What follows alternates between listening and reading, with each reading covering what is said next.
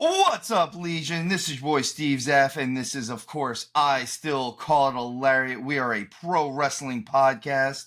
We are, as we have said, the greatest pro wrestling podcast being recorded at this exact moment with these two hosts. With me, as always, is my boy Hound. How are you doing today, Hound Dog? I'm doing well, man. It's good to see you. It's been a nice weekend. I'm in a kind of a chipper, upbeat mood. I feel I purged some of my demons on our last episode, and I feel refreshed. Ooh, he's back to being happy, Hound. You know what that means? That means I got to be the rantiest ranter ever. Listen, I can't promise I won't rant at some point, but in this moment between the two of us, I'm extremely happy and honored to be here. And the Legion, of course. Amongst us and the Legion. Who doesn't love the Legion? They are probably the coolest people on the planet. And if not, well, then everybody else is wrong anyway. Yeah, that's what I'm saying. I mean, exactly. Seriously, guys. Thank you for watching us. As always, folks, if you are enjoying what we are putting out there, please like, follow, subscribe, all the things. You have no idea how much it helps the show out. But let's talk some nonprofit organizations first. First one we are going to get into, as always, is, of course, Tap Cancer Out, a series of jiu-jitsu tournaments that help out with varying nonprofit cancer organizations, such as Alex's Lemonade Stand, American Brain Tumor Association, Isabella Santos Foundation, Little Pink Houses of Hope, Camp Sunshine, Christopher's Haven, the Sidney Kimmel Comprehensive Cancer Center at Johns Hopkins, CureCervicalCancer.org, First Descents, and of course, Tom Coughlin's J Fund. All right, give it to me, Hound. Give it to me. It's give it to me. J Fund. Thank you, White Barry. There we are. The other one that we are going to be promoting right now, we are cutting it down to 2 at the moment, and that is we are, of course, going to promote Chris Bay's GoFundMe. Now, I know in our episode with my episode with Showtime, we said we were going to try to get an update. I have talked to some of my sources, and according to them, it looks like Chris Bay is going home this week. That is awesome. That is all that we have as far as anything, as far as his health goes, though, is that he is actually going to be home in his own house. He's not going to be in a medical facility or anything to that effect or some type of care treatment. He's going back to the house that he lives in, which anyone who's ever been sick or been stuck in a hospital or had to have surgery, I don't care what you say, you feel better once you go home. Like your mental state just rises up at that point. So to the wrestling community that has banded together to help out with this GoFundMe, I want to say thank you for that. I want to thank the wrestling community for proving that we're not always just jaded wrestling fans, that we are this weird fraternity of people that come together the way that we do. And also to Chris Bay, if you are listening or anyone that is associated with Chris Bay is listening, please, man, we are hoping for a speedy recovery for you in the best possible way. We hope for full recovery. We hope for the most normal life you can possibly have. And realistically, we hope for the most extraordinary life you can possibly have. And one last thing I'd like to say for Chris Bay, and with everything that's going on, this is the first victory of many on this road, man. We're all behind you. Exactly. All of us, we are the Legion, the wrestling, the entirety of wrestling fans are behind you. So Chris Bay, just keep fighting through it, man. Like, we know you can do this one. But with that said, that was kind of a little bit of the seriousness for this. Heard we're supposed to talk about wrestling on this show, Hound. What do you think? Is that what I'm here to do? I think that was the rumor. I mean, I'll pivot off of the information I prepared, but okay, we'll see how this goes. I heard a rumor that we were talking about wrestling on this program. That's I don't know. I did not start this. I started the rumor. You may or may not have, but yes, man. Let's rock and roll. Let's do the damn thing, as the kids say. as the kids say. All right. First thing we are going to get into, of course, on our program is going to be NXT. And this is their go-home show before Deadline. Their Deadline PLE, premium live event, if you will. And the very first match we get on this card is the women's last chance qualifier for the Women Iron Survivor match at Deadline. I like the start of this match. There's a lot of quick pinning combos in this, which I enjoy. People trying to go for the going for the win right off the bat. I know I gush over her, but Ren Sinclair did this really cool spot right in the beginning where she like swept out two people's legs while they were going for a backslide, and then rolled them onto their shoulders and pinned both of them. And I was like, that's cool. I like it. I'm sure that's a Regal-esque move from you, but like, good for you. Hound, what did you think of this match before I get into a little bit of the stuff that I wasn't as big of a fan of? So, looking at it in a vacuum, the match itself was good. It wasn't great. Ren Sinclair, I actually, it's not even just Ren. Everybody kind of had their shining moment, which is what you expect in a match like this. The reason why matches like this are received so well on television is it's almost like a dopamine hit after a dopamine hit. You get to a point where it's spot after spot after spot. And for folks who are in the business and kind of are looking past just those high moments, you do get the whole Jamokin thing, which we talk about here quite often. And it's hard not to see with those eyes. So if we could take ourselves away and kind of see through the casual fan eyes, I think we'd be praising this match a lot more. And I think that's why matches like this end up getting such rave reviews amongst a lot of folks, because there's a lot that happened and it's overstimulation. You're like, oh my God, did you see this thing and this thing and this thing and this thing?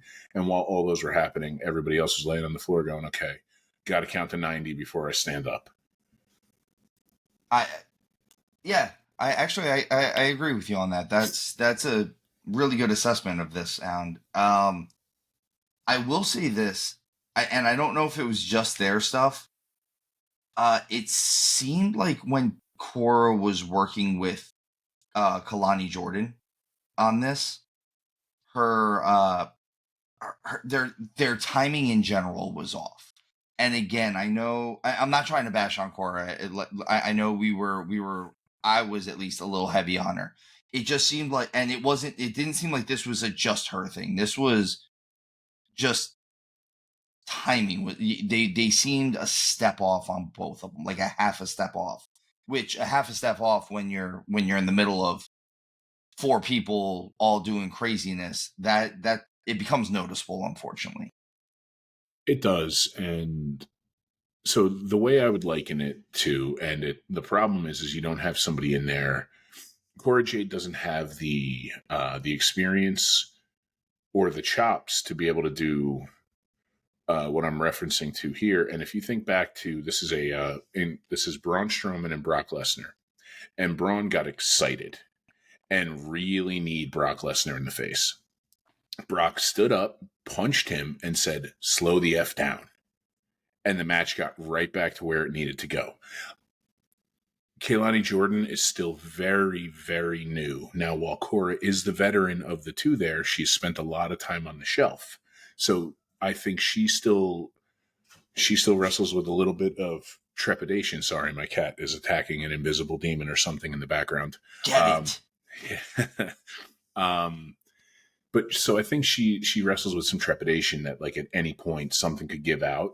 And you and I both know, man, like when you're in that mindset, it's real easy to get hurt again. So I think there's a lot of fear there. And I think Kalani Jordan is almost getting overstimulated in these matches a little bit right now. I think it's just the age thing. I think she's going to come along just fine. She almost needs a program with a Becky Lynch type or a Bailey type who can take that and grind that speed back down and be like, all right, like slow your happy ass down. Let's get through this kind of thing. And that's really all I think is needed there. Yeah, like as soon as you think you're going slow enough, slow it down some more. Exactly. I could see that. So we get an interesting end to this match too. We see Lola Vice come down to obviously try to attack Jada Parker. Jada ducks that spinning back fist, and Lola nails my girl Ren Sinclair, who falls backwards onto Cora Jade, getting the pin and getting the final spot in this Iron Survivor match, which, yes, thank you. Good job. I don't care how Ren gets in there. Good job, Ren Sinclair. It was, I think they did that right because, as we're going to discuss there, Ren getting in there, I think is the right move for what's going to happen right now. I think out of everybody there, she's the most adept to be in a match with the 5 of those women, or be a part of a match of 5 women with the other 4 who are going to be in it. And it also lets you set up what will end up inevitably being another match on Deadline because of that interaction between Lola Vice and Jada Parker. Exactly. So directly from this match, NXT goes directly into a backstage promo, segment with Eddie Thorpe and Lexis King talking about their men's final chance Iron Survivor qualifier later. Eddie says that apparently Shawn Michaels and Ava and everybody watched the tape back and realized he didn't do anything wrong. That's why he's allowed to still be in this match. Lexis King comes out and says he needs to control his emotions and that they're not going, that's why he's never going to get ahead. And and Eddie Thorpe kind of throws some bombs at him, says he's not going to take advice from a guy with daddy issues, which screw you, buddy. Again, shots fired. And Lexis King, I like how he ends it. You know what? That guy can do whatever he wants because tonight is about the king. And I love that ending. I like the stuff that Lexis King is doing right now.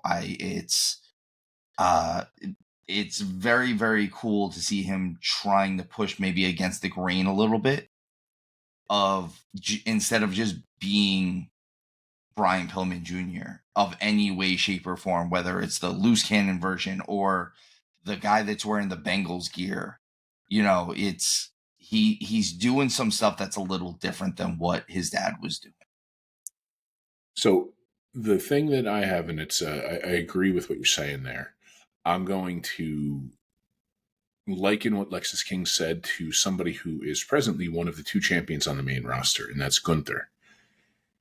And I kind of got a Gunther-esque vibe with how he said that, where how many times has Gunther gone to his opponents and belittled them and said, you are this, you are that, and basically saying, you're too emotionally weak to handle what I'm doing right now.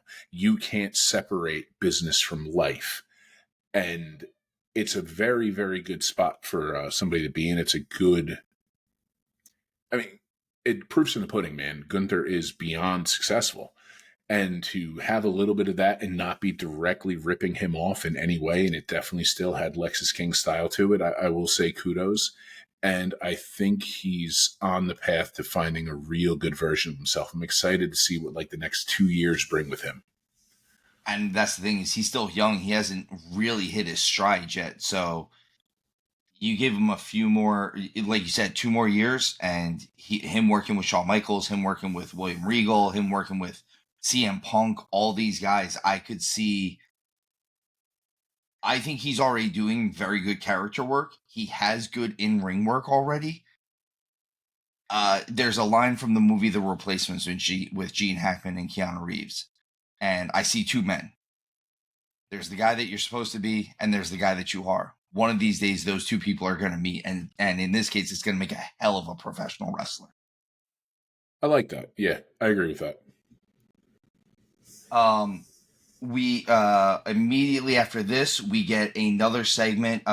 This was a very, very I guess, safe NXT, which is how WWE style. Their go home shows are usually pretty safe for whoever is involved in their PLEs. It's just their style. They don't want to ruin anything. So Jada Parker comes back out, calling out Lola Vice, saying that if you want to do underground, we're going to do it right now. Starts telling them to take the ropes down. They do take the ropes down. And Ava comes out and says that they will have the match, but they're not going to do it right now. They're going to do it at deadline. Again, doing the GM thing. I'm not giving away this pay-per-view quality match for free. That makes sense. Even though it's on the Peacock. I'm actually kind of digging Ava as a GM. I really am. I think she's doing well. I think she's coming around. I think she's I think she's developing. Which is perfect for there. It's developmental. Yeah, I like Ava. Let me change that. I don't dislike Ava. And realistically, the NXT GM, if it's not going to necessarily be like William Regal or Shawn Michaels, it almost doesn't matter who else it would be at that point. It like her developing as the GM is perfect because I think she just realized that the actual in-ring stuff was maybe not her forte. Well, take away even the in-ring stuff there, it's so maybe she's realized, okay, I do have a personality, and maybe she does. Like we're starting to see it a little bit. She's definitely getting more comfortable on camera. Doesn't feel like she's rushing her words quite a bit because it used to seem to me that she spoke a little bit too fast, and I think she does have a touch of a lisp. So when you're speaking a little bit fast, you'll lose people quickly. My daughter has a touch of a lisp, and she speaks quickly. So sometimes I'm gonna be like, wait, what'd you just say? And I've known her for 16 years from at this point. I may or may not have known her every day of her life, but what? Maybe is that possible?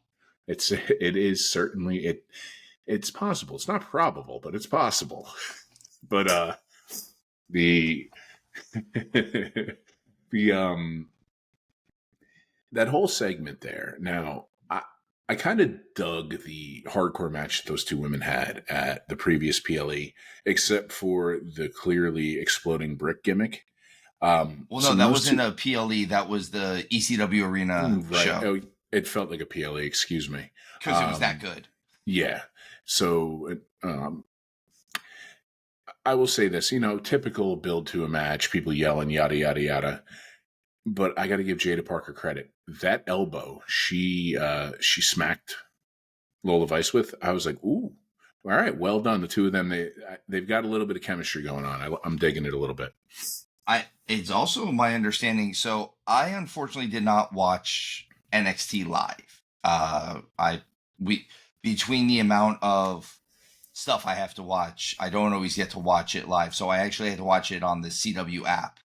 And when I watched it, they bleeped it out. But apparently, if you watch it live or if you had DVR'd the original copy of it, they don't bleep out what she says.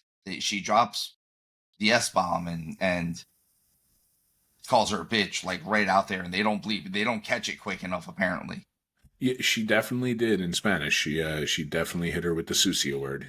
No. When Jada Parker says it the first time, she goes, "We need to run this shit back," and they don't. Oh, I didn't catch that. Yeah, when Jada Parker when she comes out there and they first take the ropes down, she's still standing in the ring. Apparently, she's like, "You know what? We're 1-1, which means we need to run this shit back." And for her, good for her. And they didn't bleep it. Like, they didn't take it off. And I was like, oh. I mean, she's going to get her... She'll get... I didn't even catch that, but... she'll get her hand smacked for it, but good for her. Yeah, honestly, the hand smack is going to lead to people trusting her because she certainly does have a personality. And she's improving. I like Jada. I like Lola. I like both of these women. I think this is a good feud. I think I think NXT does a better job of building the mid card up than the main roster does right now. And they're doing a very good job of keeping us interested in everything that's going on, not just the big 2 storylines or the big 2.5 or 3 storylines. The next segment is going to be the tag team battle royal. At the end of this battle royal, I'm not going to name all the competitors in this because there's a bunch. But at the end of this battle royal, Miles Bourne ends up winning it from No Quarter Catch Crew, so they end up getting the title shot. I have written here the battle royal is kind of what it is. I mean, it's a battle royal and it's a tag team battle royal. Here is the one stipulation that most battle royals don't normally do. Usually in a tag team battle royal, if one of your partners is eliminated, both of you are eliminated. This was until both guys got eliminated. Whoever won this basically got to pick their partner. This is another situation where Showtime would have won it on me, because I would have taken out 2 guys on my own along with me, and then he would have picked you as his tag team partner. You big jerk. So, and now it's funny you say that, because I distinctly remember, and we're going to have to turn back the clock like a decade for this, and it was where if one member of the team got eliminated, that everybody was eliminated from that team. But I don't remember that in recent history. I think they've just kind of shied away from it and realized that you can kind of build some really cool stuff with that and have like a heroic moment for one member of a team and everything else. So I think it's a good change. I almost would like to see something where, just for an interesting storyline, have people out there, but whoever the last 2 are in there are the team that are going to face that, and have it be like mortal enemies, something like that. Just something interesting. It's however you would want to do it. You might end up with the next Fraxium that way. Didn't they do that? I might be wrong, and it's been a while since they've teamed up, but isn't that almost part of the way that they ended up getting Sheamus and Cesaro together at one point? Sorry, Claudio. Now, I know it started off as them feuding, but I could have swore there was a point where they even after they tagged up at one point, they're like, "No, we're not doing this," and then they ended up somehow winning a battle royal together or something like that, where they were forced to tag up again.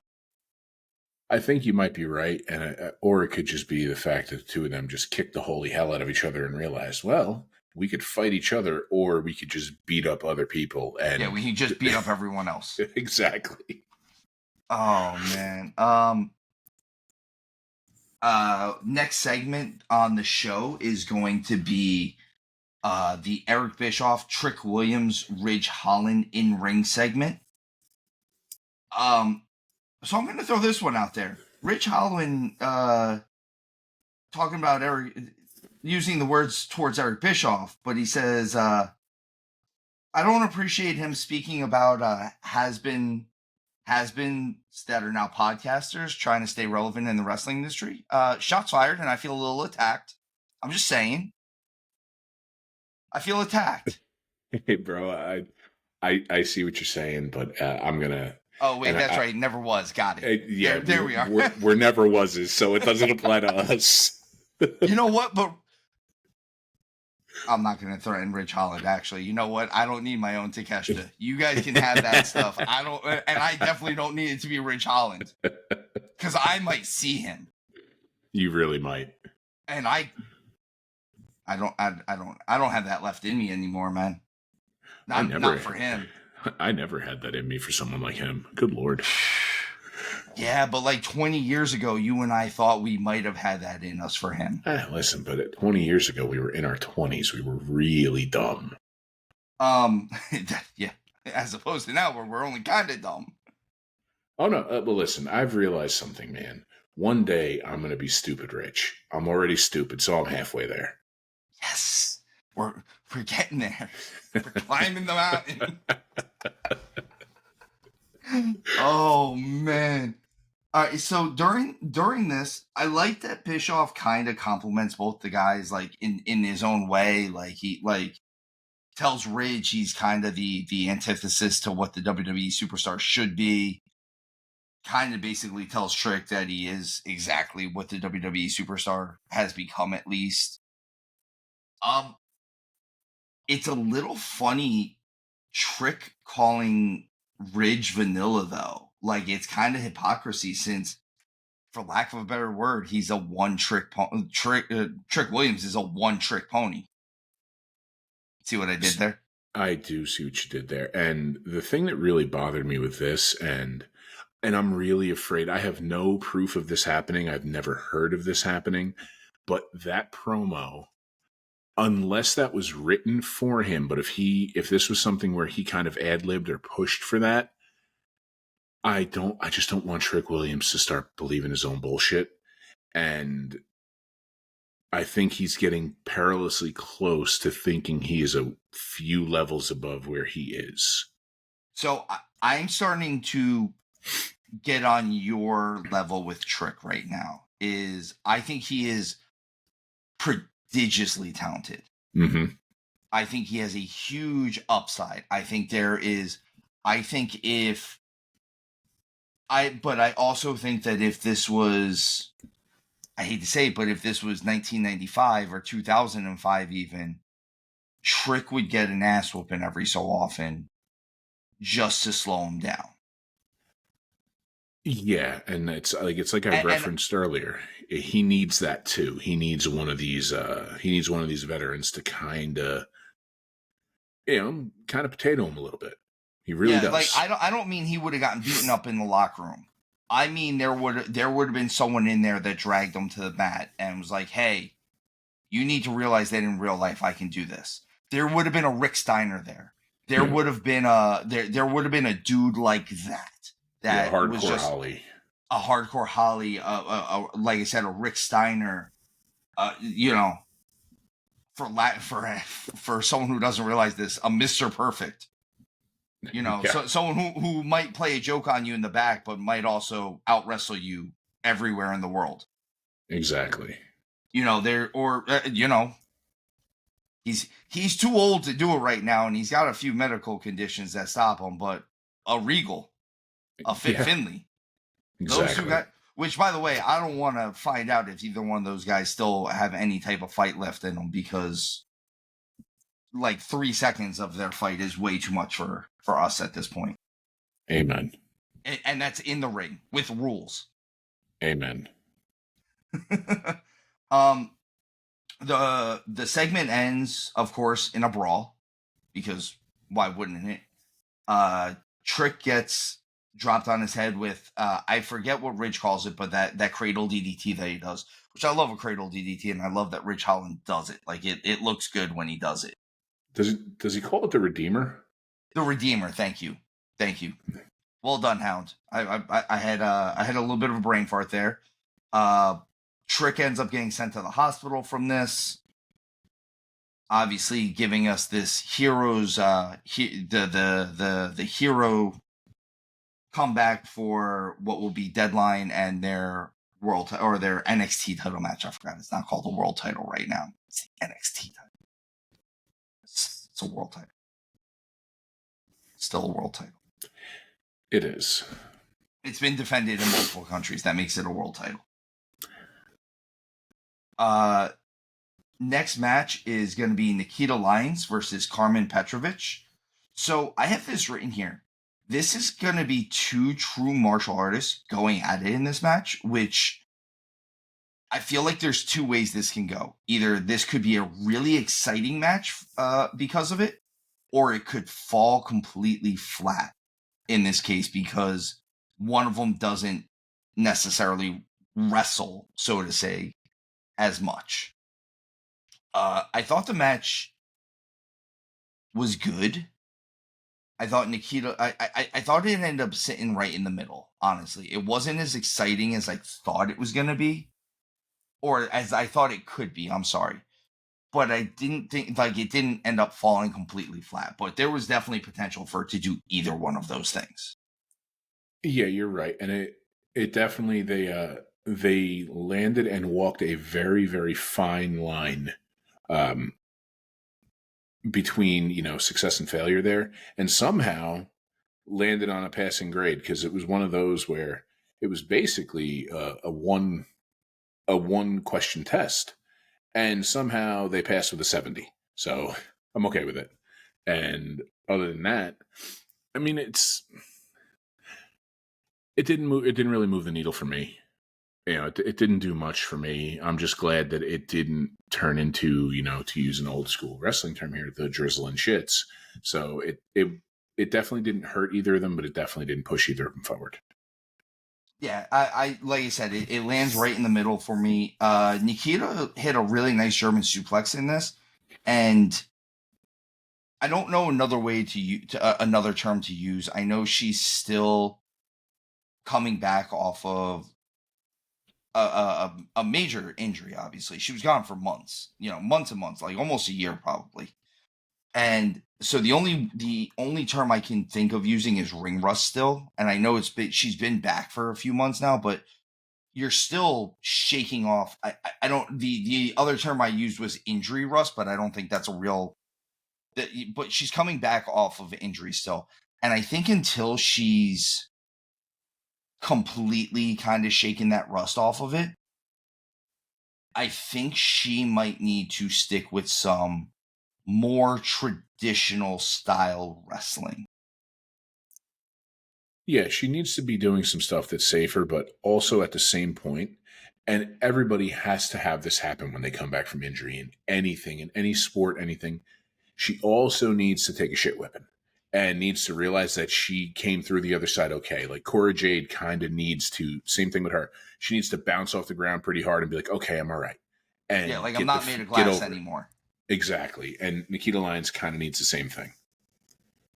And so where I'm saying it is I'm not even saying that I think she's doing things with trepidation, like we were saying, like Cora Jade was. I think her problem is she is still in a bit of recovery mode, and her joints and her ligaments are still tighter than what she was used to pre-injury. And unfortunately, she's not back to that level where she's moving at a speed that she's normally used to.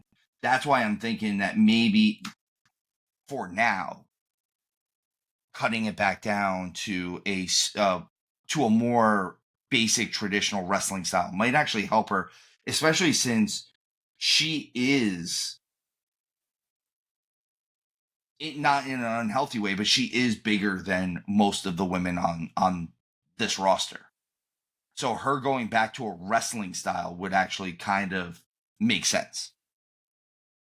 Yeah, and I hope that, I mean, it's going to sound funny to say this, but I hope she does something like some DDP yoga, because something like that right now, and it seems like that's what she needs in her time away from the ring. She's in good shape, She can go, and she has the wind to do it. But you can say it. You know you want to say it. You can say it. I don't even know. Vicky. Oh, you can say that is your word, sir. I didn't come up with that, by the way. But you informed me of it, so I am not saying it. We already know I love Willow. You don't love Nikita? Not as listen. I will not besmirch my darling Willow. How dare you?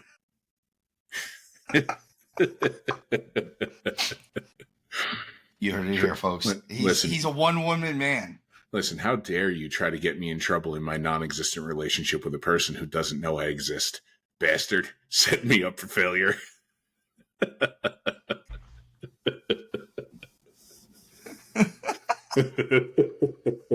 and here we are, guys. This is why we run longer shows than normal. and there's your funny clip for the week. And there it is. Perfect. Yes, we haven't even gotten to AEW yet. All right. Carmen ends up getting the win over this after Ashante the Adonis gets involved. Again, all of this is to just kind of further this storyline. At least they're furthering it. This is one of those storylines that is not my cup of tea, but I could end up seeing this end coming out the other end and maybe smelling a little bit better than what I'm thinking about it right now. I'm very much in a wait and see with this. I'm not investing any interest, if you will, until I see, because it's one where I don't want it to be another storyline where I'm like, oh, this is interesting, and then the next day I'm like, meh, and it That's could very easily do that.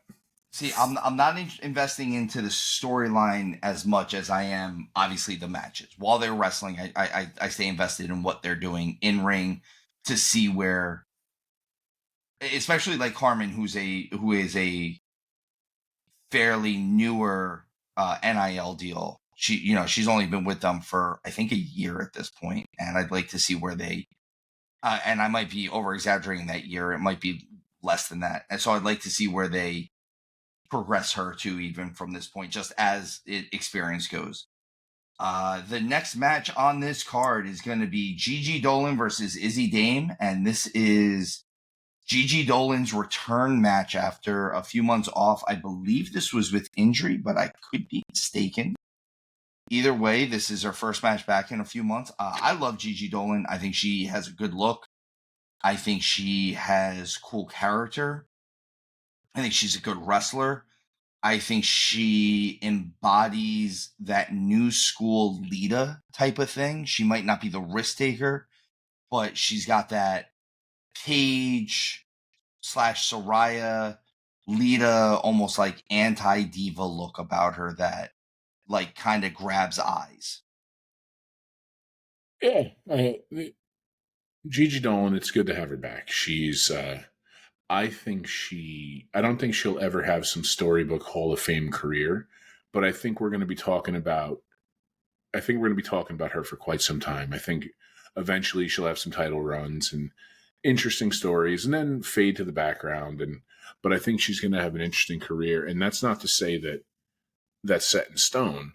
I would love for everybody to reach their dreams at some point, but we all know not everybody can, but we'll see. She has a tremendous upside, but I worry that she is just kind of going to get forgotten about. I could absolutely see that. And here's the thing. I know we're talking about Gigi a lot on this one because this is her return match. She ends up winning it, obviously, because you can't have her come back and lose. Izzy Dame, the only reason why I'm not talking more about her is, in my opinion, at the moment, she's an unknown commodity. She's another one of these NIL athletes that outside of like a very small handful of matches, I haven't seen much from her. If you want to know what I know about Izzy Dame, it's that she's dating Braun Breaker, and that's about it. Again, another wait and see type thing. I hear good things. Yeah, like I think she's a good athlete, and she's probably a hard worker, and she has an interesting look, even as far as the pretty girl look about her, because she's different. She's taller. She has, I believe, she was a volleyball player, if I recall correctly, at like a college volleyball player, like a D1 volleyball player. So I mean, she's got that athlete in her, and a lot of times those athletes, they got that dog in them too. So that could she could be like you said, it's a wait and see thing for this. Exactly. The match wasn't bad though. It was clean. Gigi Dolan wins. We get a little bit of story set up with this though, where Sean Spears seems to be eyeing up Gigi Dolan to join his group as well. I don't know. I don't think this works in this case. I don't see her coming back to this hero's welcome and then just turning it around unless the fans are really just get that fickle with her. That's the only reason to have her turn. Yeah, I thought kind of the same thing, because if in 3 weeks' time the welcome back shiny new toy, we're excited to see you thing fades, then sure, she could end up in a stable somewhere and see if catch lightning in a bottle there. But let's hope, because right now I'm intrigued to see what's going to end up happening with this group of women and Fatal Influence. Fatal Influence, yes. Okay, because I just almost said Fatal Attraction, but that's a movie. Yeah, it's funny because like every 3 weeks or so, you almost say Fatal Attraction. Yeah. And then you do it the same way to me every time. You're like, fatal influence. There's definitely a question mark on influence. Yes. Main event of the night is going to be the men's last chance Iron Survivor qualifier with Lexis King, Eddie Thorpe, Axiom, and Cedric Alexander. There's a lot of Jamokin in this match. A lot of Jamokin. The match is clean though. Once again, this is one of those. It is what it is. There's not any outside interference. There's not any after the match stuff. And Eddie Thorpe ends up winning this to punch his card and get a chance at Deadline. Yeah, it was based on everything that was going on. It was kind of obvious he was going to win the last chance, second chance, whatever it's called, and just to progress that storyline forward. Yes, I almost thought it was going to be Axiom though, just to kind of force that storyline a little bit more too, because I could have seen that where they both have to wrestle this double match on Deadline. Yeah, I have a weird feeling. The writing's on the wall for Fraxium, I guess is what Fraxium. It seems like that is their name now. Is Fraxium okay? So it seems like the writing is on the wall for them, and with the fact that Axiom didn't pull off the win there, actually makes me more intrigued for their tag title match, because if they are going to inevitably drop this at the upcoming PLE, then I think we're in for an interesting potential turn on each other. So it's I'm kind of glad they didn't go that way. So it made me more intrigued for their tag title match, because I kind of really wasn't that intrigued about it heading into the PLE. Agreed. All right. Well, that was NXT for the week, guys. Stay tuned for us. We will be releasing this week as well our Deadline review. So that'll obviously be me and Hound. Showtime and I review TNA stuff. And then also Hound and I will be reviewing the New Japan Wrestle Kingdom and the New Japan Wrestle Dynasty shows in January. So just know that those shows will be reviewed. Hound is my resident Japanese connoisseur, if you will, as far as Japanese wrestling goes. I'll keep it to Japanese wrestling. I don't know what else he would be a connoisseur of but wrestling. I like anime. I'm a nerd. That is true. He does like anime. And never mind. We'll just go. You know what? We're just going to go on to AEW at this point. Let's just talk about AEW. Yeah, let's not make me look any worse than I make myself look, sir. So Dynamite this week opens with some grown-ups again. This is where the show gets confusing, man. Little bit of confusion. So we get Shelton Benjamin versus Kyle Fletcher in a Continental Classic match. Hound, we talked about these two going at it when Shelton first got here. And I don't think that this match disappointed whatsoever. Okay, so we've been talking a lot about Kyle Fletcher and the upside that we see and everything else, and neither one of us has ever said an unkind word about Shelton Benjamin and his in-ring work. The match itself, if anybody in the Legion, if you haven't watched that match, go back and watch it. Please do, because it is one of those where every time you hear the crowd going, oh, when the spots are happening, believe me, both Steve and I were like jumping, like, oh my God, good Lord. The match was hit him so hard. The match was unbelievable. It really was. Goddamn, Kyle Fletcher is improving, not by leaps and bounds. It's almost exponential at this point. And granted, you're in there with Shelton. So if you're a good athlete like Shelton Benjamin is, he's going to get something special out of you. But I think the right finish happened in a gimmicky finish with a holding the rope pin. Yeah, Kyle wins by cheating. It protects Benjamin, and it also furthers this whole evil Kyle Fletcher thing. But Kyle Fletcher needs to know he is capable now to swim in the water with anyone. That was a big boy test right there, and he passed with flying colors. The match, every bit of it was incredible. There's a super kick where I thought it broke physics, and I thought Fletcher was going to come out of his boots when he got hit. And then, Mike, what the hell was that? Was it a spinning heel kick that Fletcher hit Benjamin with, where like I audibly almost gasped because I thought he kicked his head clean off his body. I think it was a spinning wheel kick, but there was just so much crap happening. There's so much that happened in this match, and it was all so good. It was incredible. All good. Here's another thing: the crowd started a "Let's Go Shelton" chant during this match.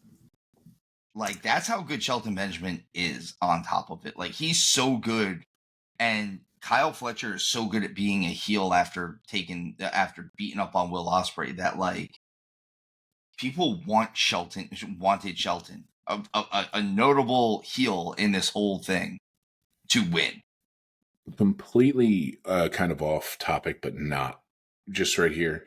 And I believe Shelton Benjamin is one of those people who, like, having one of the belts doesn't really matter to him. I really hope, before all is said and done, let him have that AEW World title. As if nothing else, for fan service, whatever you want to call it, but that man deserves it. And let's figure out, it'd be some cool thought experiment and some interesting fantasy booking. But I'm really hoping that we get to a point of Shelton Benjamin having that, even if it's only for like a month, just to put that on his resume. I mean, I'm going to throw this fantasy booking out for you. This is a very partial fantasy booking.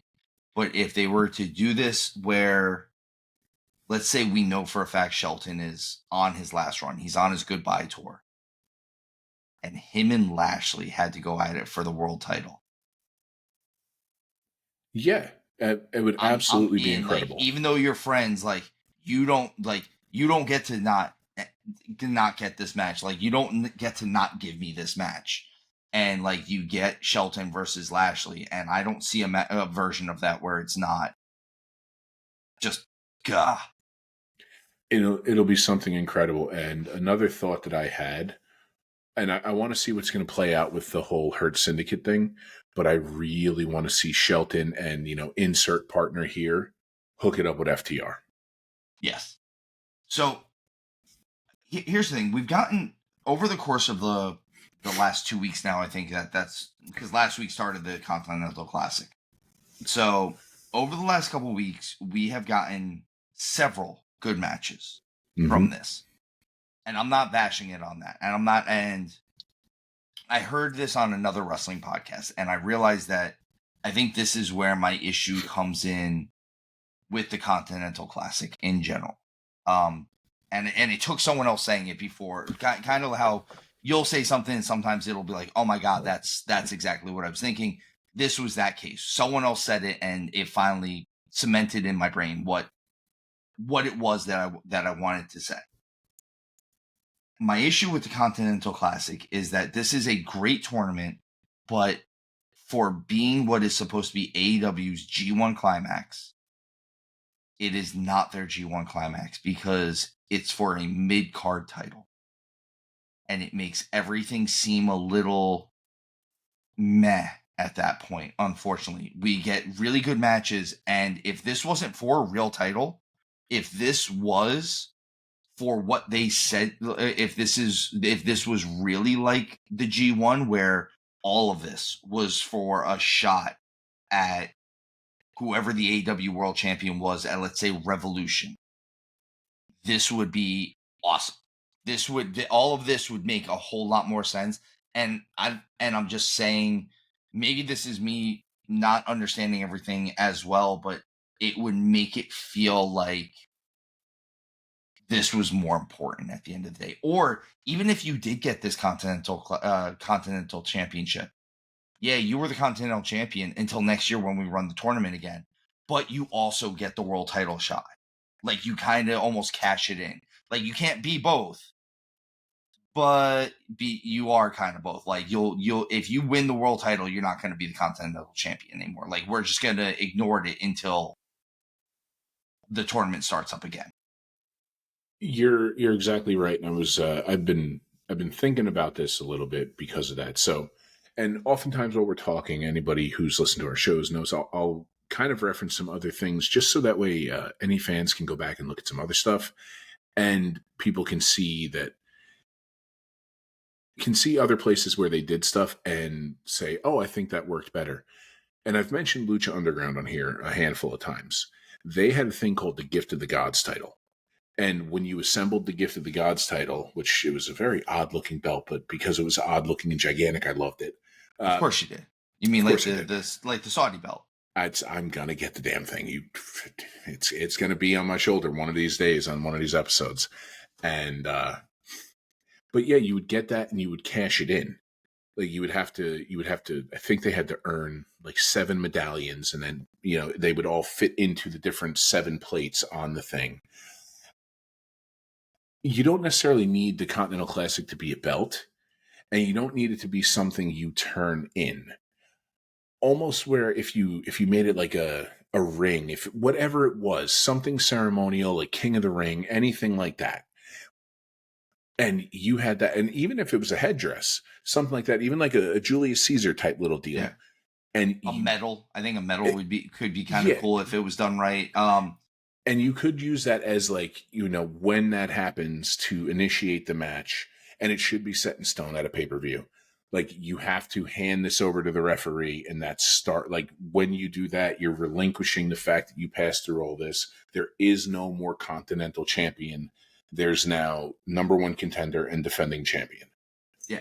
And I like the idea that it shouldn't, it's not a cash in. It's not a Money in the Bank. It's not it's not I forget what Christian Cage has, what they called it, the casino gauntlet, the casino gauntlet contract or whatever. It's not any of those things. This is, hey, I'm calling my shot. This pay-per-view, I am facing you for that world title. Congratulations, I earned this. Now you got to face somebody that beat the best of the best in this company. Exactly. And I think it would make it that much better. The Continental Classic, I know you like the title belt. I actually don't like that belt. I do like the look of it. I don't like the look of it. It's, I don't know, there's something about it that just strikes me off. And I usually like kind of plain titles like that too, which is weird. I'm just not a fan of that title belt for some reason. It could also be because it's one of the 14 AEW titles. But I think it has more to do with that. I mean, we've discussed ad nauseum off of here, like favorite title belts, and my favorite one of all time is the old WCW World Television title. That's my single favorite belt ever. See, I'm going to go a little further back. I like the NWA television title.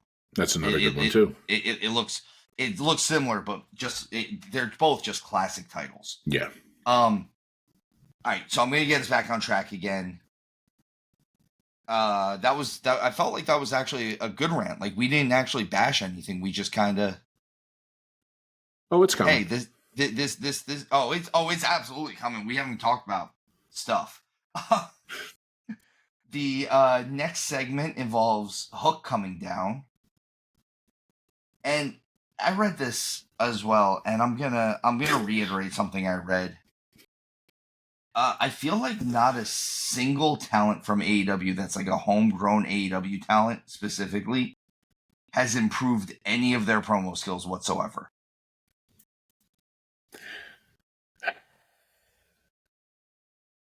Prove me wrong, man. Prove me wrong. I will. I'll give you one, and it's Orange Cassidy. All right. But that's the exception to prove the rule, because you do need an exception to prove the rule. Okay. Hook is 97 pounds, and I'm pretty sure he's 5'1". He's not actually 5'1". He's maybe because Taz is like 5'1". No, I think he's my height. I think he's like 6'1". Okay. Still. He's tall, but he's like 142 pounds. Okay, but he's not tall. All right? No, I'm sorry. He's taller than Taz. My daughter's taller than Taz. That's okay? fair. But, I mean, and she's short too. But Hook, oh my God. It's this whole, like, you're not a gangster, dude. I'm sorry. You're not a gangster with the whole, what did I call it? Oh my God, Sharad hair like that. I'm sorry, dog. Like, and that's the thing is I've said so many times where Hook, the gimmick would work if he was snatching ankles and, making it look like, think of the Pentagon arm snap, something like that, where he was, because he's legit when it comes to his abilities, like martial arts was. Hook is legit. And he's a good athlete. He's a D1 athlete, man. He was a lacrosse player. Yeah. So let's stop this whole, hey, I'm tough because my dad was from a tough area in Brooklyn. You're not. You're a little bit tough because you're actually trained, and stop talking on the microphone. You don't say anything interesting. Your facial expressions, I mean, he's out there in a hood. So he's wearing a hood, and on top of it, I don't know if you've noticed this, but his face is way too small for his head. So his face looks extra small. So he just looks like one of them little, like, he looks like a hand puppet, and he's like, meep, meep, meep, meep. And I'm just like, oh my God, shut the hell up, Hook. Just for the love of God, just stop talking and just catch somebody in some weird ass armbar where they tap 1 second afterwards. Like that. That's all you need to do. I'm going to say the same thing that I've been saying. Stop trying to make Hook Taz. Taz was Taz. Taz worked because, honestly, Taz worked because of Paul Heyman. Yes. Taz worked because Paul Heyman never sold Taz as a 5'9" badass. Heyman sold him as a badass. And then it helped that you went in there and Taz looked at people like Bam Bam Bigelow who were like a shoot 400 pounds. We're like, what do you need to jump for, brother? Because and then he would throw him across the ring. Yeah. I'm going to try to get off of this one. This ends with the patriarchy coming out and jumping Hook, and they hit him with a concerto on his wrist. If we're lucky, this keeps Hook out for even longer. Yeah. Speaking of bad promos, we get a Mercedes Monet backstage segment commenting on Anna Jay's match.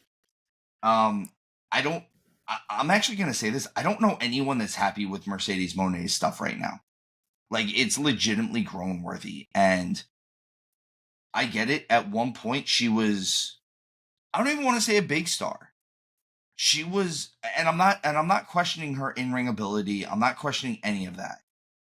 What I'm saying is she needs to A, be produced, and B, if we're looking at her actual level of stardom, I'm going to say it, and maybe someone, listen, Legion, if you disagree with me, again, let me know. Talk to us. Tell us why I'm wrong on this. I feel like Mercedes Monet at her best, at her biggest as Sasha Banks, was a medium star. I think she was good enough to headline a WrestleMania, but that doesn't mean that you were in the elite of your division. That means that you were good enough. I'm pretty sure we can go back and see, but I don't think she has a real WrestleMania win. She never even had a successful defense of a world title in WWE. No, I at least not until I think the very end when she lost that one to Bianca Belair. No, I mean, that was more to build up Bianca. No, what I mean is, like, she would win the title, and then the very first time she defended it, she lost it every time. I think the only time she has defenses realistically were on like non-pay-per-views. Like it wasn't even then. It wasn't even then. Almost every time though, I'm pretty sure you are. If there isn't, like I said, if there is an exception to that rule, it was that last run. They might have given her 1 or 2 wins at that point, but for the most part, she always lost it right off the bat. And the thing is, man, she has the potential. The problem is, and I said it earlier with Trick Williams, Sasha Banks really believes her own bullshit. And again, forgive me for, dropping S words tonight. I'm a little bit flustered with a few folks, but I'm over the whole Mercedes Monet thing. I was excited at first. And here's the thing. She does put on some decent matches, but I don't want her anywhere near that AEW Women's World title, at least not for the foreseeable future. I almost want something to happen where she goes away for 6 months right now and give us a chance to potentially miss you, because I was really hoping a different attitude was going to be there. And I understand it's a character, but the girl who went after everything that happened in WWE and then went and won a title in New Japan and all that other stuff, I was kind of hoping we were getting that. And this whole, you've reprised Sasha Banks and reprised it poorly. She's the flea market Sasha Banks. Yeah, she's Sasha Banks from Timo. Yeah, she's bargain basement Sasha Banks now. Yeah. Let's move on from this. Please. We finally get this Dynamite Dozen Battle Royal. I don't know what else to say about this other than here's a big surprise. Kyle O'Reilly and Adam Cole are the last two standing at this. At the end of this, these two now have to face next week for the chance to face MJF, which I don't remember it being like that, but maybe that that might have been when I wasn't paying as much attention to AEW. But so these two guys need to now face each other to find out who faces MJF for the Dynamite Diamond Ring. And this story just continues still.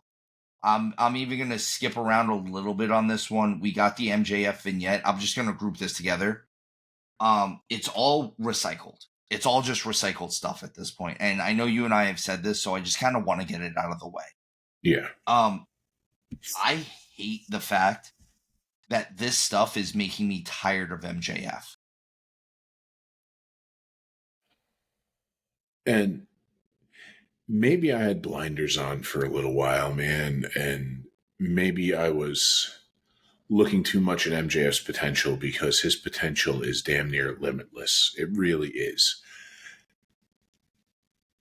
But the fact that it's the same thing every time, and truth be told, the face run he did was the best stuff he's done in a long time. And to immediately revert back to the guy who goes out and, tells everybody in the crowd, oh, you look like you do meth. You're too fat. You're too ugly.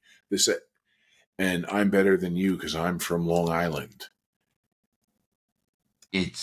I'm over it, man. And I don't want to be over it because, think back to the him and Roddy match. His matches are unbelievable. Hell, before Omega was on the shelf, think of that match with him and Kenny Omega. Unbelievable. The Iron Man match with him and Daniel Bryanson. Bryan Danielson. Sorry, Daniel Bryanson. Daniel Bryanson from now on. Daniel Bryanson. Yes, that is him. Perfect. Yes, I coined one this time. I love it. Like I said, this story is stale. Everyone involved in this story is stale at this point, unfortunately. And I don't know. I'm going to go on to something that I thought was okay.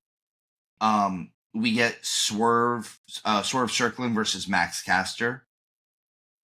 Literally before the match even started, I wrote on my notes, this should be a glorified squash match, which it is, luckily. This match needed to be Swerve reestablishing himself as the biggest badass on the roster again, or one of the biggest badasses on the roster again. Like, him and Max Caster couldn't have had a good match. And it's short. It's pretty much a 90-10 match, which I'm okay with that. And Swerve goes over easily, and then just to kind of put the exclamation point on it, after he wins, he hits him with the Swerve Stomp again. Or hits him with the Swerve Stomp the first time. He wins it with the house call, the kick.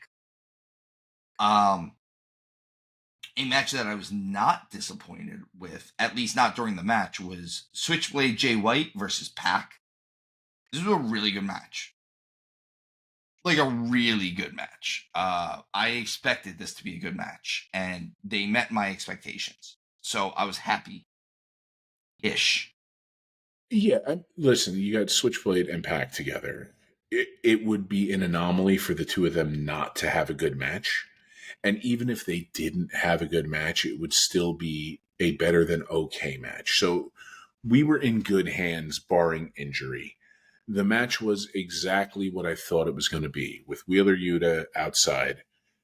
The interference is going on. I will give Yuta a little bit of credit here, even though last week I basically wanted to stick my foot in his ass and then stick him through a wall. Yes. He looked more believable as a badass. He specifically hit Jay White with a lariat on the outside that looked real good. And I'm going to mispronounce it. I always thought it was a boom psycho knee, but it's actually a Japanese word that Danielson would use, and I don't know how to say it. Oh, but it's like Busico or something like that. Yeah, but the psycho knee. So yeah, I always thought it was boom psycho, just because I'm an idiot.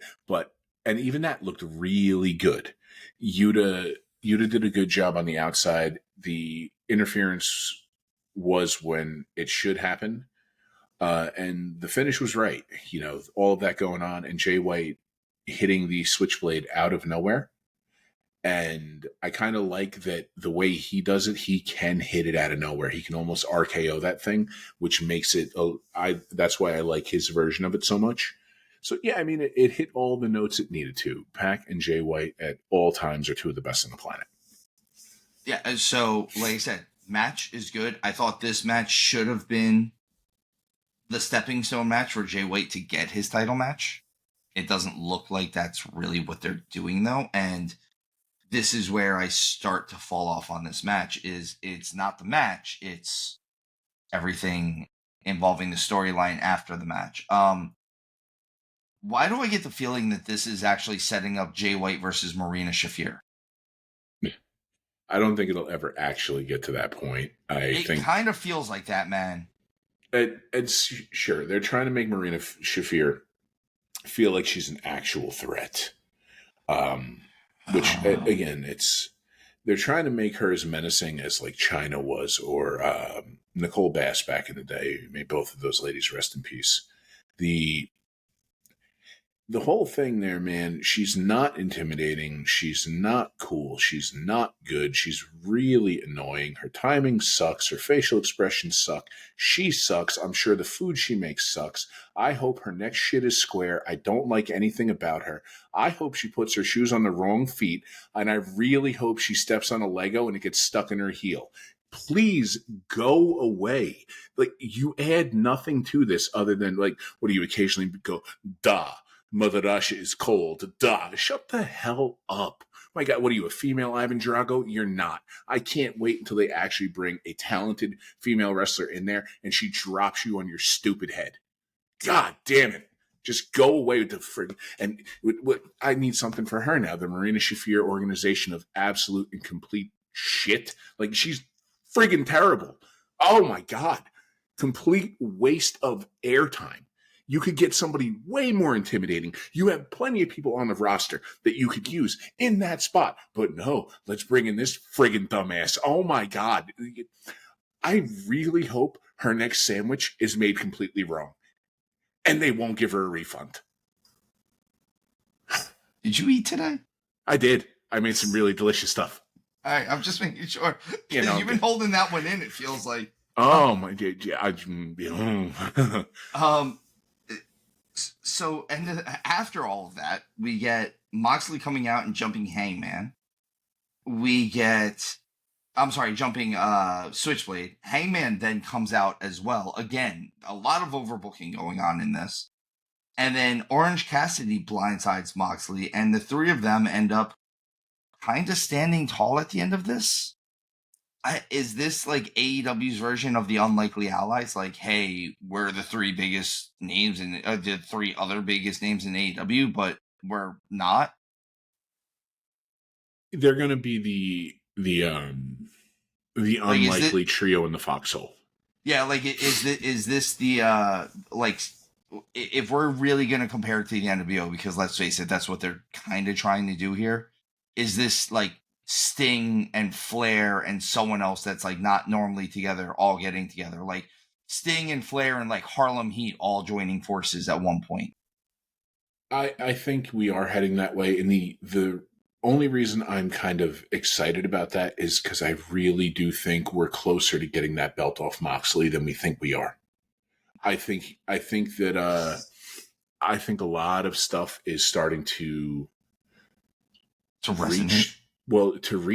reach Tony's ears, and I think maybe, just maybe, he's looked up just long enough from playing with action figures or doing whatever the hell he is doing to realize, oh crap, I've actually got some real talented stuff here, and let's stop trying to replicate the past. Let's stop trying to compete with WWE. How about we use what we have? And that's the thing. You don't need to be the cinematic bloodline universe, everything else. I don't need you telling a Cody and Kevin Owens storyline. I don't need all of that from you. You can have decent storyline, and the storyline can be told in just the matches because you have so much young talent there that can do that. And yes, that will become a more high spot heavy style, and it won't necessarily be our style that we like, but you and I 100% will be able to look at that stuff and be like, all right, they found their lane, and immediately the criticism will start to fade, and we'll be able to kind of look at it with those eyes like I mentioned earlier. And that's the whole thing. I'm really, really hoping we're closer than we are further to undoing this whole world organization, death riding, letdown, failure, bullcrap. I'm skeptical at best, but I you know what? I'll let you be optimistic. I'll let you be the optimist this time. I will be Optimus Prime. You know what I'm optimistic about, or what I was optimistic about, and I was happy with? Penelope Ford versus Anna Jay. This is a good match. And again, Penelope Ford is my Ren Sinclair of AEW. She consistently goes out there and puts on performance after performance after performance and deserves to get pushed. And I don't know if maybe this is her not fully having her confidence back yet from coming back off of such a long layoff, or what it is, but push her. Like, let her do some stuff. Like, I get it. You want to put. Oh, by the way, they finally officially confirmed that Anna Jay cannot challenge for the AEW Women's Title as long as Mariah May has it. They said it on this episode of Dynamite. I just want to point out, this is the first time that they've actually confirmed that in 2 months. 2 months. This has been a stipulation going back to when they made the stipulation originally before the match, and they never clarified it. Guys, tell better stories. Tell better stories. That's what I'm asking you to do. I'm asking you to not miss the step where, like, why is the house down? Oh, because I forgot to tell you that the big bad wolf blew it down. That's what they just did here. Yeah. Yes. They very much, I don't know if it's cart in front of the horse or just, shit missing the toilet. It's something. It's something. Anna Jay is obviously winning this match because they're pushing her towards Mercedes Monet and the TBS title. The match is, like I said, the match is very good. It's very competitive. Anna Jay is coming along nicely in the ring. And then afterwards, Mercedes comes out and cuts another bland promo. I'm not going to say anything more than that because we've already talked about it. Like, that's where we're at. Amen. So I'm just going to move on to the main event, which is another Continental Classic match. And this is going to be Claudio Castagnoli versus Brody King. I was really excited for this match. It was a physical match. Claudio ends up cheating to win, which goes into him being a heel now.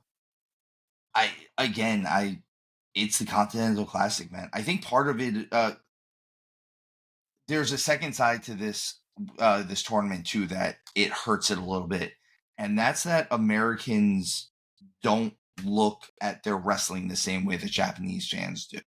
Whereas Japanese fans actually get wrestling results in their newspapers and stuff. So when you run the G1 Climax, it's the same as looking up like World Cup scores and stuff like that. So it runs like you take it in the same way, where unfortunately Americans don't look at stuff like that. And I'm actually almost trying to give them an excuse as to why this tournament doesn't kind of click the way it should sometimes. So we talked before about what we think what they could do with this whole Continental Classic. As far as the match goes, I thought it was exactly what we thought we were going to get. I thought we got precisely that. We had two incredible big men who were not afraid to put it on the line. And the thing that made me excited about it, because I had a feeling that not only was Claudio going to win, but he was going to win, not clean. I think this pushes House of Black towards whatever the hell acronym about them being terrible. I can't think of a new one right now, but I think it pushes House of Black towards ugh. Yeah, that's the new acronym. Is there it is. Let's do meh. Because at least there's Moxley involved in that. Oh God. But yeah, that was the main event though. Like I said, Claudio and Brody put on a good match. Mm-hmm. It was the match that we thought they would put on. It was physical. These are two athletic big men who can do really cool stuff. Brody actually does stuff that I'm surprised he can do, because Claudio at least is shredded and looks like he's that athletic big man. Brody is just a guy. He's just there. There's a lot of them there. like I don't know how, like there's no, like the only way, like there's no wording I can put in there that is like it's going to sound nice about him, and I'm trying to compliment him. He moves way better than a man who is built his way should move. That's the nicest way I'm going to put it. Okay, I can give you two examples right there, or I can give you two ways to look at it. How many times, and you and I have both worked manual labor, how many times have you seen a guy that has no business being that strong go, what do you mean? And he grabs 4 sheets of plywood and just up the ladder by himself. Or farm boy strong. He's farm boy strong, yeah. But also actual athleticism, like the ability to move the way he does and that's what the farm boys are like. And the manual labor guys, they just need a Pepsi, a Snickers, a million degrees, and they're fine. Yeah, he's great. So I was happy with this match, and yeah, that was Dynamite. We got like I said, we're getting some good matches with this Continental Classic. But let's move on to. I'm sorry, that was Dynamite. I did say that. Let's move on to Collision. It was kind of a quicker Collision overall. It was. They didn't do nearly as much as they tried to squeeze in on Dynamite on this one. The show opens, we get Darby Allin versus Commander in another Continental Classic match. For those of you who were not paying attention when I broke the news on my episode last week with Showtime, Commander has replaced Juice Robinson in the Continental Classic tournament. Juice hurt his leg in his last match with, I believe it was his leg. Either way, he's injured. He hurt himself and is injured and is out of the tournament after his last match with Will Ospreay. So he needs time to recover. They threw Commander in there. My first thought was like these two guys being kind of the same size, we might see some really good wrestling from Darby Allin, and we do in the beginning. And then we see a suicide chair spot. And then in this tournament that's based on wrestling, because of the way Darby is and because of Jon Moxley's stuff, we just have to get garbage stuff. And it gets upsetting. Like, by the end of this match, I wanted Commander to win. Yeah, man. And you saying that, and I was trying to figure out, like, what the thing about Darby Allin, and it's, you know who I'm thinking of, honestly, like, when he does his stuff? He's a less cool Sabu. Yeah. That's all it is. Yeah, he's a small Sabu. Yeah. He's what happens when, like, Sabu and Jeff Hardy magically merge and the drugs take over. Which is really funny because Darby's like mega straight edge. But yeah, but yeah, I mean, dude, I know some people love Darby Allin, and he's just not my cup of tea, man. He just really isn't. You know what? There are times when he's in there with the right dance partner, he puts on good wrestling matches. And if he had just let this be a wrestling match, I would have been fine with this. This probably could have gotten my match of the week. Instead, they started throwing garbage out there, and they lost me. By the way, if anyone cares, Darby won this match. If you can't tell how upset I am about it. Backstage, yeah. Let's just move on. Backstage, we get Powerhouse Hobbs confronting Takeshita and Don Callis. Hobbs literally challenges Takeshita, which is what we've said we wanted. So maybe someone's going to finally give us something we want here. Please. I mean, you want Takeshita. I mean, to yourself. Look, yeah, well, listen. You know, I will defer to Powerhouse Hobbs, and the only reason I'll do that is because I am in a merciful mood. I am a merciful God, Takeshita. So I will allow Powerhouse Hobbs to handle my light work. Okay? You're lucky. By the way, anyone in the Legion who does not follow us on all of our social media accounts, every day about 5 o'clock on our Instagram, on our TikTok, and on our YouTube shorts, and on our Twitter /X page, whatever you want to call it, is usually a video of Hound calling out Takeshita. So congratulations, this has now made it into the mix. Well played. Well played on my part, because this was all I wanted in the world. And the best part about it is I am one of the biggest Takeshita fans. I love it. It just, we somehow ended up here. And cool, man, I'm good with it. And then if one day I'm eventually somewhere and Takeshita kicks my face off, it'll be hilarious. I am so hoping that somehow we manage to get this show big enough that you can have your Big Boom AJ moment and it's you and Takeshita. Oh, good Lord. I mean, I am so fat. Big man meat slapping, baby. Oh my God. I mean, I would go all out with the Lariat for him. I would look to cut him in half, but he's so damn talented. I'm sure somehow he would matrix dodge and I'd end up landing on top of my head being like, oh, there's the lights. Oh. All right. Let's get on to let's talk about your girl.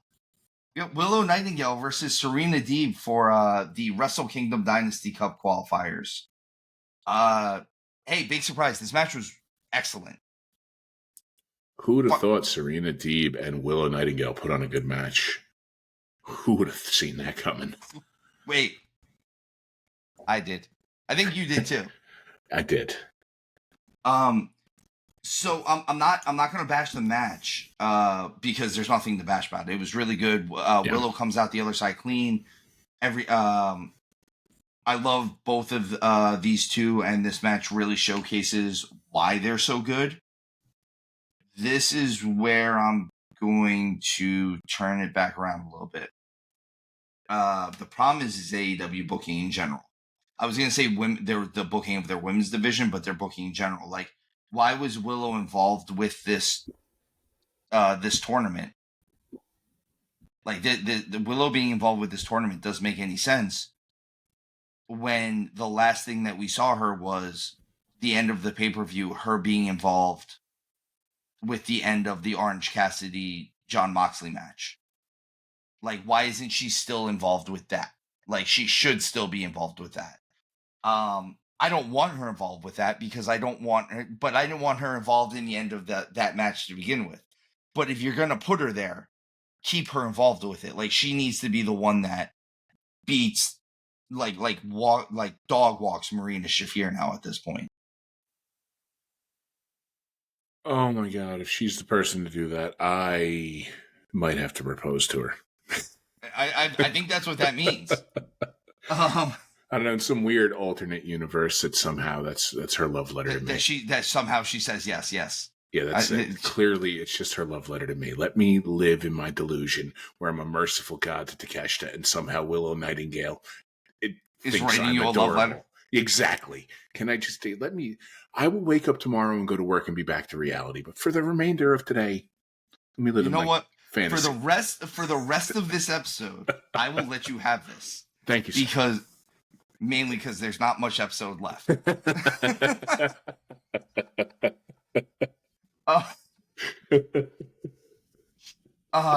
So Jesus Christ. This is our problem. This is why we go down these rabbit holes. It's fun. We get a quick Thunder Rosa promo in the back, basically her challenging whoever wins between Mariah May and Mina Shirakawa. Again, the problem with this is they push people like Thunder Rosa into the background for weeks and months at a time, a lot of times. And then they expect us to care when they bring them back into the forefront just because they're talented. I'm not saying Thunder Rosa is not a talented professional wrestler. I'm not saying that she doesn't cut a good promo. I'm not saying that she doesn't have all of the skills necessary to be a world champion. What I am saying is, if I have not seen you in 3 months, or you haven't really done anything of value in 3 months, I don't understand what reason you have to go after the world title. Unless you're coming back from injury and you're the reason why you don't have the world title to begin with is because you had to relinquish it because of injury, and now you're coming back to get it. Yeah, I get that, but she hasn't done anything else. Well, yeah, and I like Thunder Rosa. You're exactly right, because there are, and I'm not going to go naming off people from other promotions right now with this, but there are folks out there who they can go away, and the second they return, 100%, it's if somehow you're like, yeah, they're going after the world strap right now, it makes sense, but that's after years and years of service and being around that title and multiple successful title reigns and everything else that truly pushed the brand forward. And Thunder Rosa is as talented gets, but like, exactly. Unfortunately, wrestling is very much a what have you done for me lately business, and AEW is so disjointed. It's what have you done for me in the last 3 seconds. And Thunder Rosa has been gone for close to 100 days, at least at this point. Yeah, like, we haven't seen her do anything. We haven't reported any of her matches. And the last month, at least, we have been covering Collision, which is the show that she had mainly been on. So, again, what have you done for me lately? Again, the people that you're talking about, though, okay, we're talking about Jericho leaving for months or a year at a time and then coming back and getting put into the world title picture. We're talking about Randy Orton. We're talking about maybe a John Cena. Okay, that's Reigns. Rarefied air. Exactly. Rarefied air. And I'm not saying, and again, I want to reiterate, I am not saying Thunder Rosa is not talented and she is not a competent world heavyweight or world champion contender.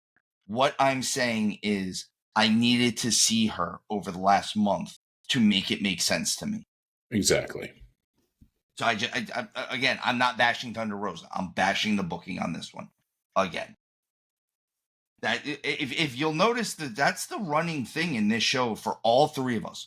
Very rarely do we bash a wrestler. Yeah. We bash booking. I'm sorry, we bash Jon Moxley. But we bash Jon Moxley's booking of himself. And Marina Shafir. Who is Jon Moxley's booking. Speaking of which, we get the Mox Death World of Letdown in the ring for a promo here. I'm just going to get this out quick, and then we can move on. He's trying to do some type of stupid promo that doesn't make sense. His promos are becoming more and more incoherent. I don't know who this promo was actually directed at because he calls out 3 different guys and only one of them shows up. Orange Cassidy comes still doing this whole coming out alone thing. It's getting old and it's getting dumber each time. So, yeah, the whole thing was bad. Now, first, oh my gosh, I may be butchering the last name of this character when I do this, but Moxley, was it Lars Sullivan in WWE? Do you know what I'm talking about when I say Lars Sullivan? The weird guy that was in NXT that came up, and then they found out that he did Nazi stuff and gay porn and So Moxley's starting to look like Lars Sullivan a little bit. Oh yeah, he is. He's looking a little rough. Yeah. So, and then Orange Cassidy walked out, and like, I'm sorry, what did he do? He threw a hat at one person, a shirt at another person, sunglasses at another person. But I will give credit to the commentary team, and they said a line that was perfect for this. It's like, you can't jump in a tiger cage and then go, why'd I get bit? So okay, fine. They beat him down, and then they carry him off to the back. And I was just like, dude, I am so done with this. Like, and the thing is Moxley was saying stuff that,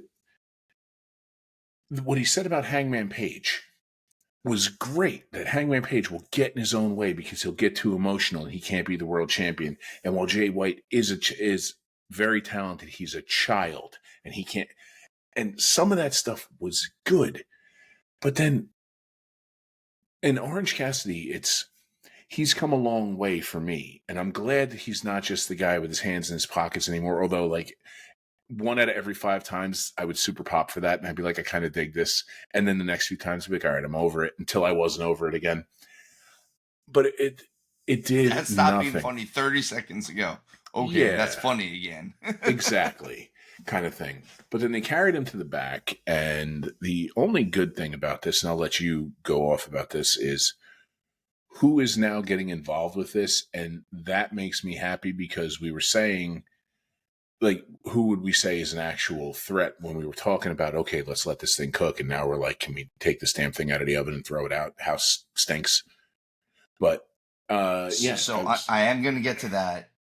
What I will say is, one of these times, someone is going to give Marina Shafir a receipt, at the very least. This might not turn into a her versus a man match, but it seems like she's taking some liberties, and one of these times, someone's not going to realize it's her, and it's going to turn around and potato the shit out of her.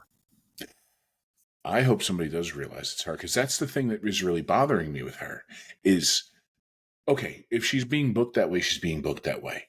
Fine.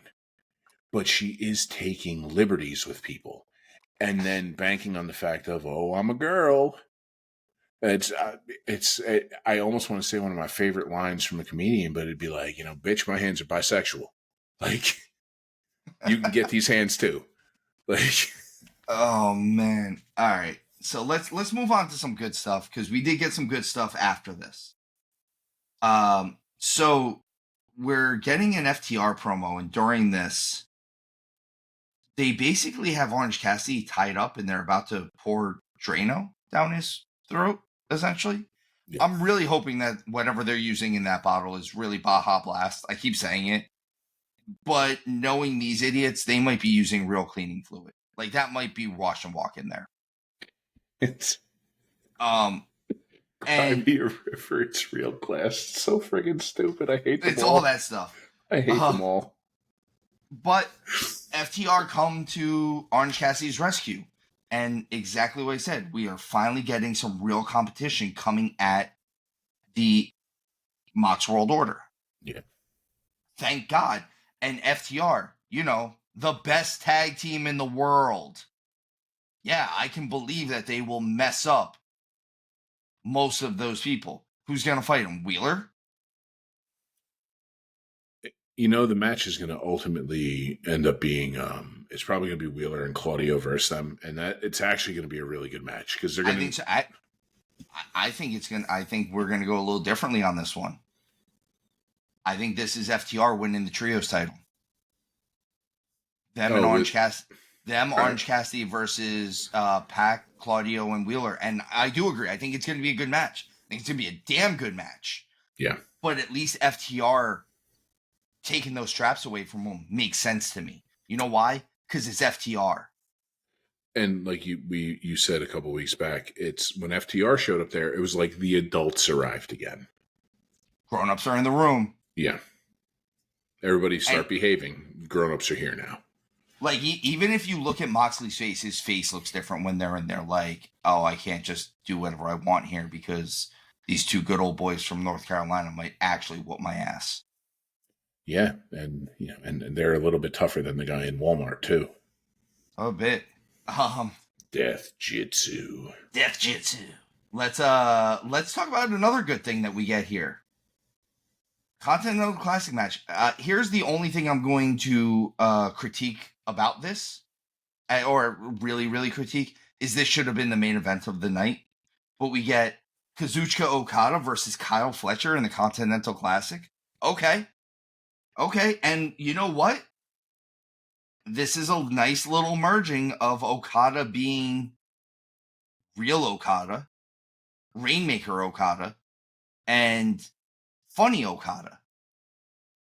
They put on a good match.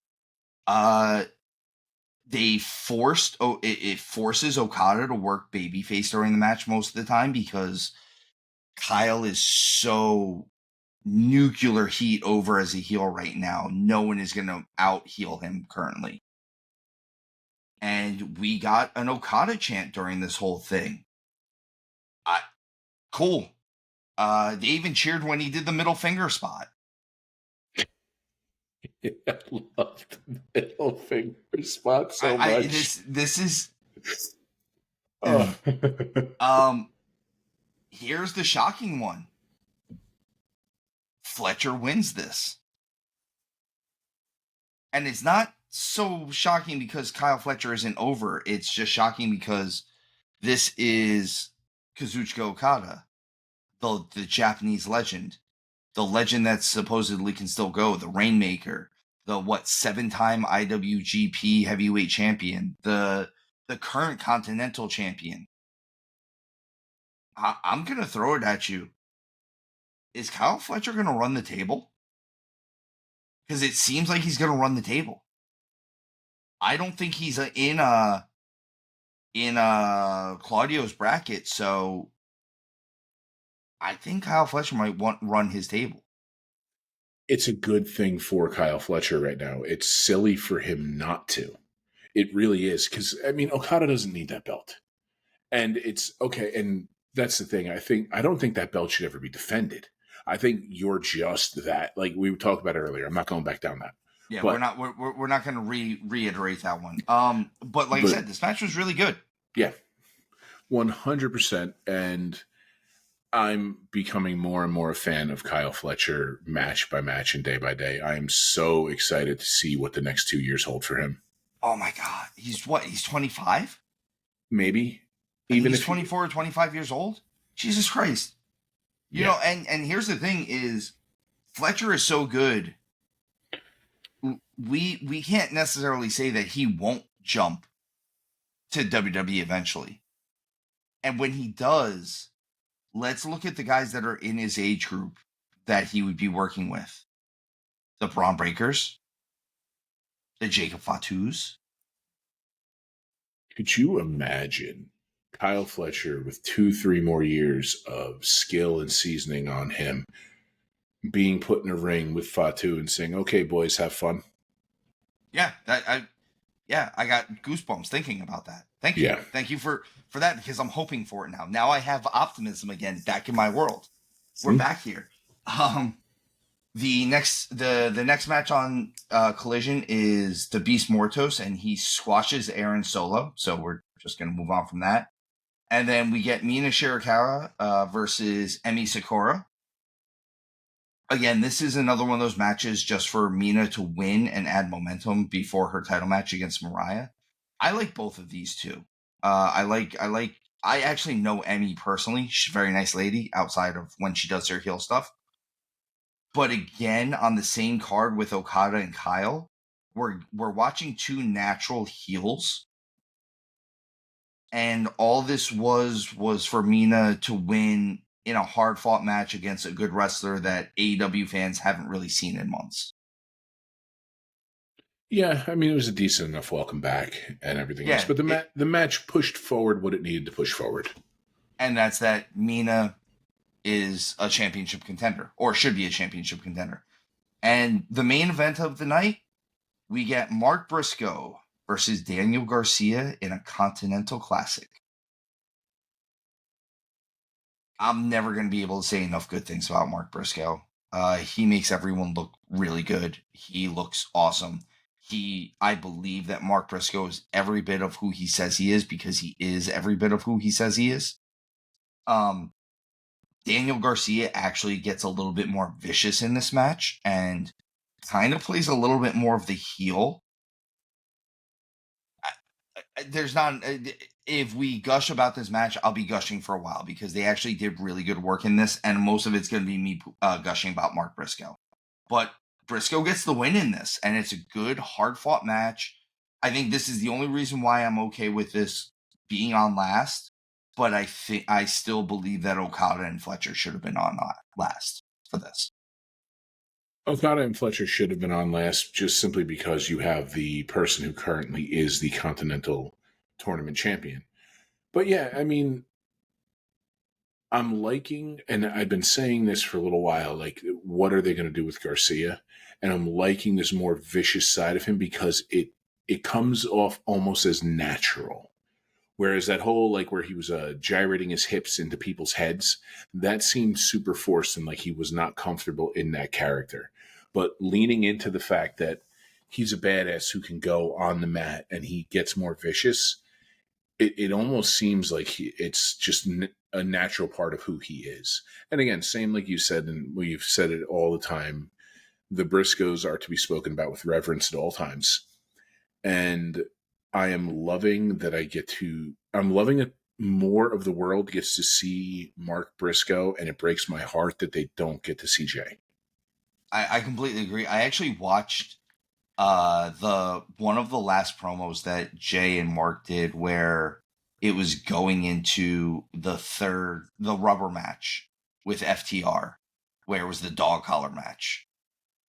And while Jay's cutting the promo, he's like, we got to go into this a second time. And you hear Mark go, third. He goes, we got to go into this a third time. I was like, this is exactly who they are. And it was one of those that when he corrects it, I'm like, yeah, they're. So I don't know if I mentioned it on here. So anybody in the Legion, if you just go on YouTube and type in Briscoe Brothers promos, you'll find some amazing stuff. But like, Papa Briscoe is a legit badass. And there's one. He's legitimately like sleeves cut off and like just bigger than the rest of them. And there's one where Jay is trying to show off a title belt, and he's like, you got my fancy shoes? And the dad comes out, and I think he's in a long sleeve shirt and underwear, and just comes out, and he's like, what you doing in them shoes? Boy, them's my shoes. And he's like, and you smoking my cigar? And this is right after Jay and Mark had pulled knives on each other, going, I'll cut you. And then Papa Briscoe chases Jay around the property while Mark is sitting there going, and it's the greatest thing ever. I love the Briscoes. I miss Jay so much. Oh my God. All right, guys. But that was this week in NXT and AEW. Hound and I, as I said, we will be giving you the deadline review this week as well. So pay attention to that. I'm going Legion as well, just so that we can keep saying this to you guys. I'm going to start doing it now. With the holidays coming up, the week of Christmas, we will have a lighter, the week of Christmas and New Year's, we will have a lighter recording schedules those 2 weeks. So unfortunately, we will not be put out that much content during those weeks, but trust that we will come back with a vengeance following the holiday season. So guys, spend time with your family. You don't need to listen to us all the time. Do listen to us all the time. In fact, if you get bored of your family, listen to us anyway. Go back and listen to old episodes. It'll be great. It'll be like you're with family. Make your family listen to us. Make your family listen to us. Tell them, like, hey, we got these two funny guys, Steve and Hound, and then we got this third funny guy, Showtime. And they all kind of make fun of Steve for the most part, but it's okay. Even if your family is Takeshita. Oh, definitely make him listen to it. But Legion, it's been great. Hound, you want to give your usual sign off, sir? Absolutely, Legion. We appreciate you and thank you so much for giving us your most precious resource, your time. And I say, God bless and enjoy the holidays. And as always, guys, remember, tuck your chin when you bump.